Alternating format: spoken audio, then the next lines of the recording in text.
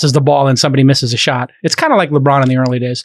So kicking off today, Lina Khan has been confirmed to the FTC with bipartisan support. Interesting. And this is obviously going to be a challenge for big tech. On Tuesday, the Senate voted 69 to 28 to confirm Lina Khan, who is a very well-established critic of big tech.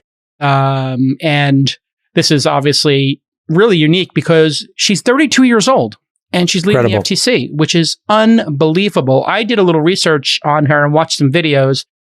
She's basically written two amazing papers. And the first paper came out in 2017, Amazon's antitrust paper. The second one came out in June and was about the separation of platforms and commerce. And when you hear her speak, she is incredibly credible and knowledgeable. It is as if one of the four of us were discussing this. She could come into this podcast and speak credibly about Amazon's businesses, as opposed to the charades we saw at different hearings where the senators and Congress people just absolutely had no idea what they're talking about.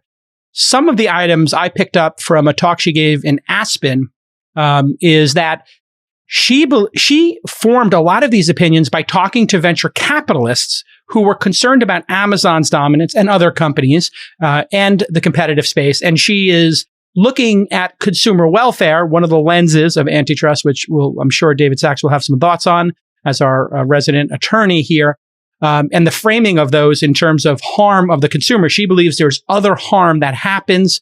And she thinks one remedy is to kill Amazon Basics because the marketplace shouldn't own the goods as well. She's concerned about cloud computing consolidation because that creates fragility.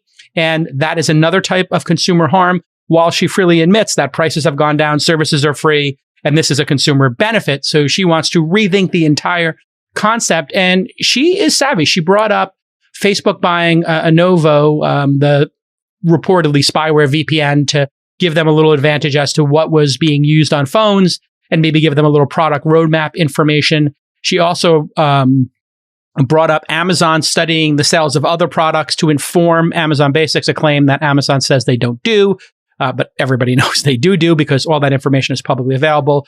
She talked about Amazon's VC arm using data to invest in and buying companies. Why wouldn't they? That makes total sense. That's a great signal for them. She seems to want Amazon Web Services spun out, which I think would just double the value of it, or maybe add 50% of the value of it.